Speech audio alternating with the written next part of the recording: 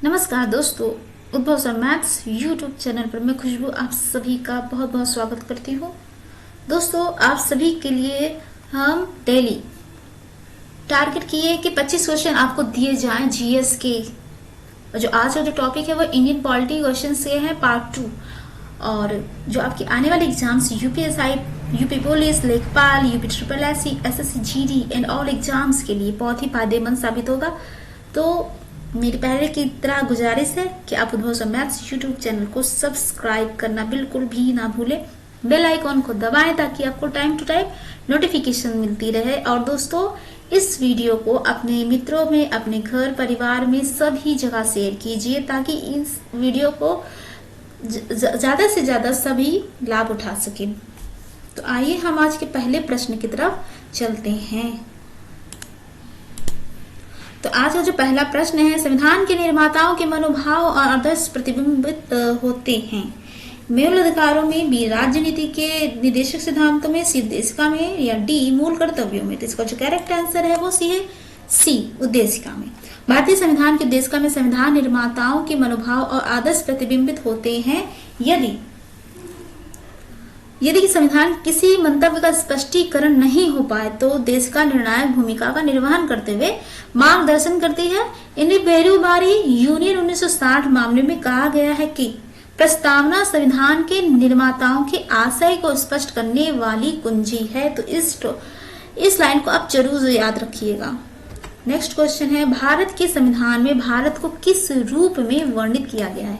परिसंघ कल्प के रूप में, बी एकात्मक रूप में, सी राज्यों का संघ, या डी परिसंघ। तो जिसका करेक्ट आंसर है वो आपका है परिसंघ।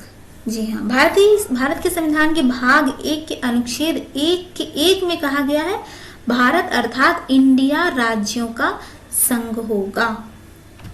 नेक्स्ट क्वेश्चन देखिए क्या है, भारतीय संविधान के अनुच्छेद 1 में यह घोषणा की गई है कि इंडिया अर्थात भारत है क्या राज्यों का संघ, एकात्मक विशिष्टताओं वाला संघीय राज्य, या सी संघीय विशिष्टताओं वाला संघीय राज्य, या डी संघीय राज्य। तो इसका जो करेक्ट आंसर है वो है आपका ए।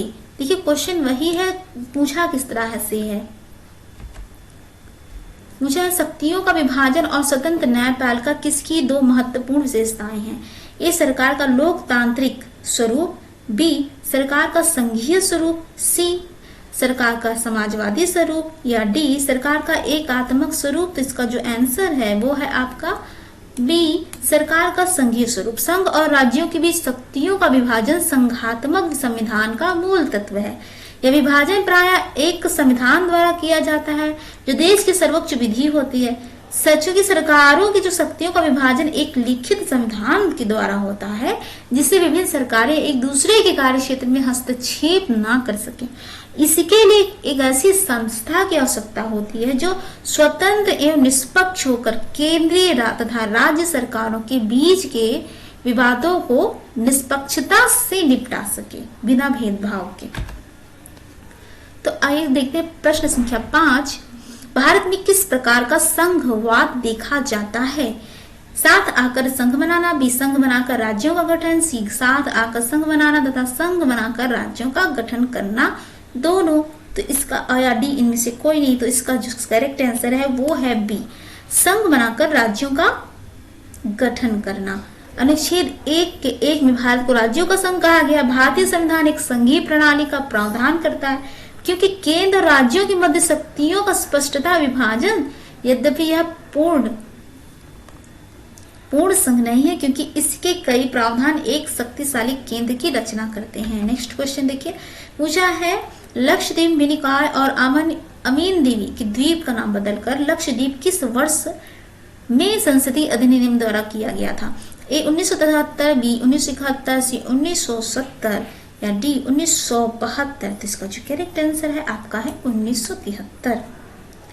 1973 में संसदीय अधिनियम द्वारा इन सभी का नाम चेंज हुआ था। अगला प्रश्न देखिए, 1956 में राज्यों का पुनर्गठन करने से ए 17 राज्य और 6 संघ राज्य क्षेत्र बने, बी 17 राज्य और 9 संघ राज्य क्षेत्र बने, सी 14 राज्य और 6 संघ राज्य क्षेत्र बने, या डी 15 राज्य और 9 संघ राज्य क्षेत्र बने। तो इसका जो करेक्ट आंसर है वो है सी 14 राज्य और 6 संघ राज्य क्षेत्र बने थे। तो 1956 में राज्यों का जब पुनर्गठन करने से 14 राज्य कौन कौन से थे, तो आइए मैं आपको बताती हूँ। तो जो पहला था वो आंध्र प्रदेश था, दूसरा असम, तीसरा आपका बिहार, चौथा मुंबई, पांचवा केरल, छठा मध्य प्रदेश और सातवां मद्रास, आठवां मैसूर, नौवां उड़ीसा, 10वां पंजाब, 11वां राजस्थान, 12वां उत्तर प्रदेश, 13वां पश्चिम बंगाल और जो 14वां था वो था जम्मू कश्मीर। और इसके साथ जो 6 संघ राज्य क्षेत्र कौन कौन से थे, पहला दिल्ली, फिर हिमाचल प्रदेश, मणिपुर, त्रिपुरा, अंडमान और निकोबार द्वीप समूह तथा लक्षद्वीप बने थे। प्रश्न संख्या 8, निम्नलिखित में से कौन सा राजनीतिक अधिकार नहीं है? मत देने का अधिकार, जीवन का अधिकार, चुनाव लड़ने का अधिकार है, सरकार के अधिशासी निकायों के पास शिकायत करने का अधिकार।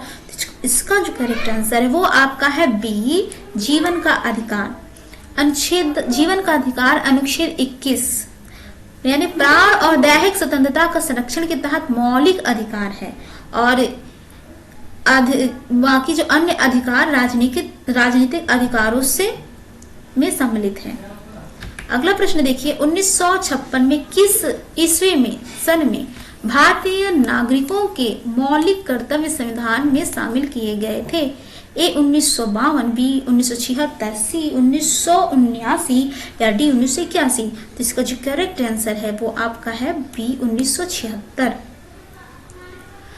सरदार स्वर्ण सिंह समिति की सिफारिश पर 42वें संविधान संशोधन 1976 द्वारा 3/1/1977 से लागू हुआ था। भारतीय संविधान में भाग 4A तथा अनुच्छेद 51A जोड़कर भारतीय नागरिकों के 10 मौलिक कर्तव्य शामिल किए गए थे, जिनकी संख्या 46वें संविधान संशोधन 2002 के बाद से 11 हो गई है।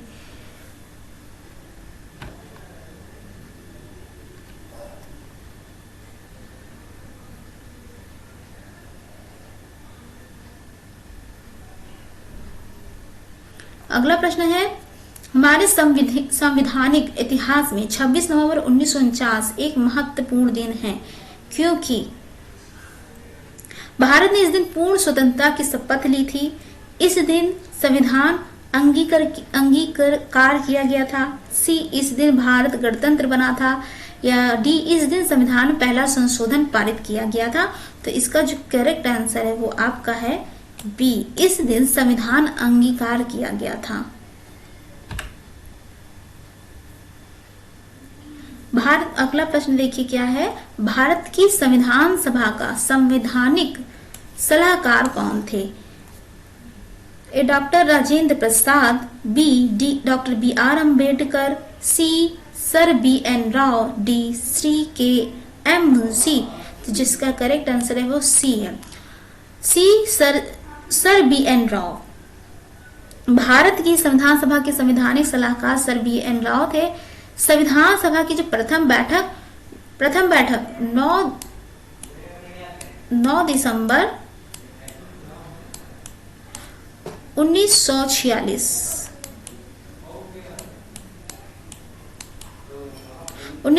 को सच्चिदानंद सिन्हा की अध्यक्षता में हुई थी। 11 दिसंबर 1946 को डॉक्टर राजेंद्र प्रसाद को संविधान सभा का स्थायी अध्यक्ष तथा सर BN राव को संवैधानिक सलाहकार नियुक्त किया गया था। पूछा है, संघीय प्रकार के शासन का एक गंभीर दोष है पृथकता का खतरा, बी सत्तावादी शासन, सी स्थानीय हितों की उपेक्षा या डी अकुशल प्रशासन। इसका जो आंसर है वो है आपका ए, पृथकता का खतरा। संघीय शासन में शक्तियों का केंद्र राज्यों के मध्य बंटवारा होता है जिसमें पृथकता का खतरा बना रहता है। इसके विपरीत एकात्मक शासन प्रणाली में अधिकांश शक्तियां केंद्रीकृत होने के कारण इसमें सुदृढ़ता तो बनी रहती है, परंतु इस पर स्थानीय हितों की उपेक्षा का आरोप लगता है। नेक्स्ट क्वेश्चन देखिए, सरकार की निम्न प्रणालियों में से किसमें द्विसदन पद्धति का एक अनिवार्य लक्षण है? इस संसदीय प्रणाली, बी राष्ट्रपति प्रणाली, सी संघीय प्रणाली या डी एकात्मक प्रणाली। तो इसका जो करेक्ट आंसर है वो है संघीय प्रणाली। संघीय प्रणाली में केंद्रीय विधायिका 2 सदन वाली होती है। यहाँ निम्न सदन में जनता का प्रतिनिधित्व होता है, जबकि उच्च सदन में प्रांतों का प्रतिनिधित्व होता है। इसलिए संघीय शासन प्रणाली में द्विसदनीय पद्धति एक अनिवार्य लक्षण है। नेक्स्ट क्वेश्चन, लोकतांत्रिक केंद्रीकरण किसकी महत्वपूर्ण विशिष्टता है? ए लोकतांत्रिक राज्य, बी सर्वसत्तात्मक राज्य, सी समाजवादी राज्य या डी साम्यवादी राज्य। तो इसका जो करेक्ट आंसर है वो है समाजवादी राज्य। समाजवादी राज्य में वास्तविक लोकतंत्र की स्थापना के नाम पर एक पार्टी का शासन पर वर्चस्व होता है और सारी सत्ता सर्वहारा के अधिनायकत्व के नाम पर सत्ताधारी पार्टी के केंद्रीय संगठन में केंद्रित रहती है। उदाहरण के लिए आप कह सकते हैं पूर्व सोवियत संघ, चीन, उत्तर कोरिया, क्यूबा हो गया। अधिक 15 है हमारा प्रश्न संख्या 15। निम्न में से कौन सा संशोधन अधिनियम मिनी संविधान माना जाता है? बहुत ही इंपॉर्टेंट क्वेश्चन है। देखिए, 7वां संविधान संशोधन अधिनियम 1956, बी 24वां संविधान संशोधन अधिनियम 1971, सी 42वां संविधान संशोधन अधिनियम 1976 या डी 44वां संविधान संशोधन अधिनियम 1978। तो जो इसका करेक्ट आंसर है वो है आपका सी 42वां संविधान संशोधन अधिनियम 1976 को मिनी लघु संविधान माना जाता है। इस संविधान संशोधन के तहत प्रस्तावना के साथ संविधान के कई अनुच्छेदों में संशोधन किया गया था। प्रश्न संख्या देखिए 16। भारत में एकल नागरिकता की अवधारणा अपनाई गई है। ए इंग्लैंड से, बी यूएसए से, सी कनाडा से या डी फ्रांस से। तो इसका करेक्ट आंसर है आपका ए इंग्लैंड से। भारत में एकल नागरिकता की अवधारणा इंग्लैंड की संवैधानिक व्यवस्था से अपनाई गई है। प्रश्न संख्या 17 देखिए, दोहरी नागरिकता निम्न में से किसकी विशेषता है? तो ए एकात्मक सरकार, बी संघीय सरकार, सी संसदीय सरकार, डी राष्ट्रपति शासित सरकार। तो इसका जो करेक्ट आंसर है वो है बी संघीय सरकार। संघीय सरकार में दोहरी नागरिकता यानी संघ एवं राज्य की हो सकती है। अमेरिका की संघीय सरकार में दोहरी नागरिकता की व्यवस्था है। प्रश्न संख्या देखिए 18। संविधान का कौन सा भाग नागरिकता के प्रावधानों से संबंधित है? ए दूसरा है, बी तीसरा, सी चौथा या डी पांचवा। तो इसका जो करेक्ट आंसर है वो है आपका दूसरा। भारतीय संविधान के भागों में नागरिकता संबंधित प्रावधान दिए गए हैं या प्रावधान अनुच्छेद 5 से 11 तक में समाहित है। देखिए अब मिलान करने वाला है। प्रश्न संख्या 19। निम्नलिखित का मिलान कीजिए, स्तंभ 1 स्तंभ 2 का। तो भारतीय नागरिकता को प्राप्त करने का तरीका क्या है? तो इसका होगा 1 का सी यानी पंजीकरण। भारतीय नागरिकता को अंत करने का तरीका क्या है? यानी वंचित कर देना। तो 2 का ए मूल अधिकार, विधि के तहत समता तथा विधियों के समान संरक्षण। 3 का बी। तो इसके अनुसार आपका आंसर क्या हो जाएगा? ए। भारतीय संघवाद निकट है नाइजीरिया के, ऑस्ट्रेलिया के, कनाडा के, यूएसए के। तो इसका करेक्ट आंसर है सी कनाडा। भारतीय संविधान सभा ने अमेरिकी या स्विट्जरलैंड की संघीय प्रणाली को न अपनाकर कनाडा की संघीय प्रणाली को अपनाया और कहा जा सकता है कि भारतीय संघवाद कनाडा के निकट है। प्रश्न संख्या 21। भारतीय संविधान ने भारतीय महासंघ की योजना किसके संविधान से ली थी? महासंघ की योजना। ए संयुक्त राज्य America, B Canada, C United kingdom, D France. तो इसका जो करेक्ट आंसर है बी कनाडा। प्रश्नों को कई तरीके से पूछा जाता है। विधि का शासन की संकल्पना कहाँ की संवैधानिक प्रणाली की एक विशेष विशिष्टता है? A Britain, B USA, C France, D Switzerland. तो इसका आंसर क्या है? इसका आंसर है बी ए ब्रिटेन। विधि की सर्वोच्चता इंग्लैंड की संस्थाओं की प्रधान विशेषता है। विधि के शासन का सीधा सा अर्थ यह है कि इंग्लैंड में विधि का शासन है, न कि किसी व्यक्ति के निरंकुश इच्छा का। कोई व्यक्ति चाहे कितने भी उच्च पदों पर पदासीन क्यों ना हो, विधि के नियंत्रण से मुक्त नहीं है। विधि की दृष्टि से सभी नागरिक समान हैं। प्रश्न संख्या 23, भारतीय संविधान के आधारभूत अभिलक्षण कौन से हैं जिन्हें अनुच्छेद 368 के अंतर्गत संशोधित नहीं किया जा सकता? ए, संप्रभुता।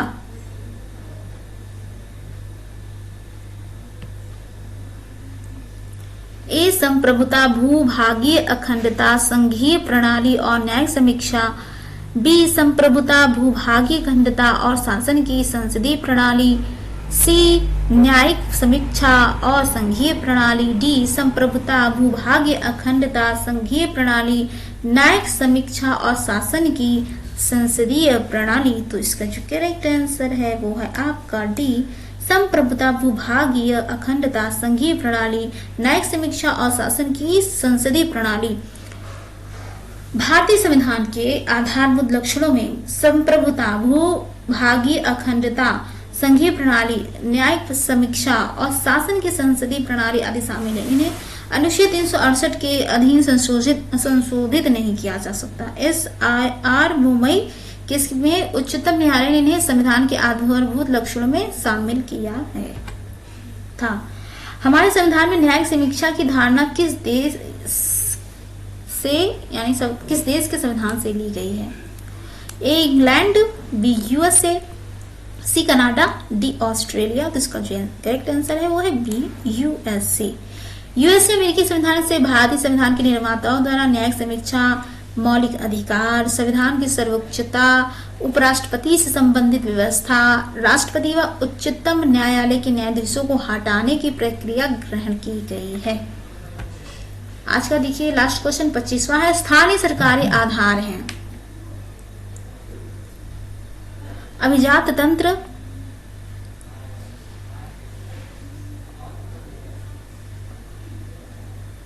अभिजात तंत्र का, धर्मनिरपेक्षवाद का, लोकतंत्र का या आरक्षण का। तो इसका करेक्ट आंसर क्या है आपका? सी, लोकतंत्र का।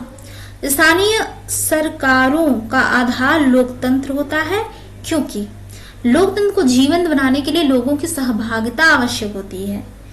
पंडित जवाहरलाल नेहरू ने कहा था कि गांव के लोगों को अधिकार सौंपने चाहिए, उनको काम करने दो, चाहे वे हजारों गलतियां करें, इससे डरने की आवश्यकता नहीं है।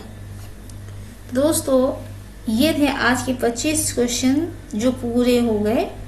आपको ये वीडियो कैसी लगी आप जरूर बताइएगा, और आप आगे क्या पढ़ना चाहते हैं ये भी बता सकते हैं कमेंट सेक्शन में छाप के। तो इस वीडियो को लाइक, शेयर, कमेंट करना बिल्कुल भी ना भूलें। दोस्तों मैथ्स यूट्यूब चैनल को सब्सक्राइब करना भी ना भूलें, बेल आइकॉन को दबाएं और अधिक से अधिक पेड़ों को लगाइए, हरियाली लाइए।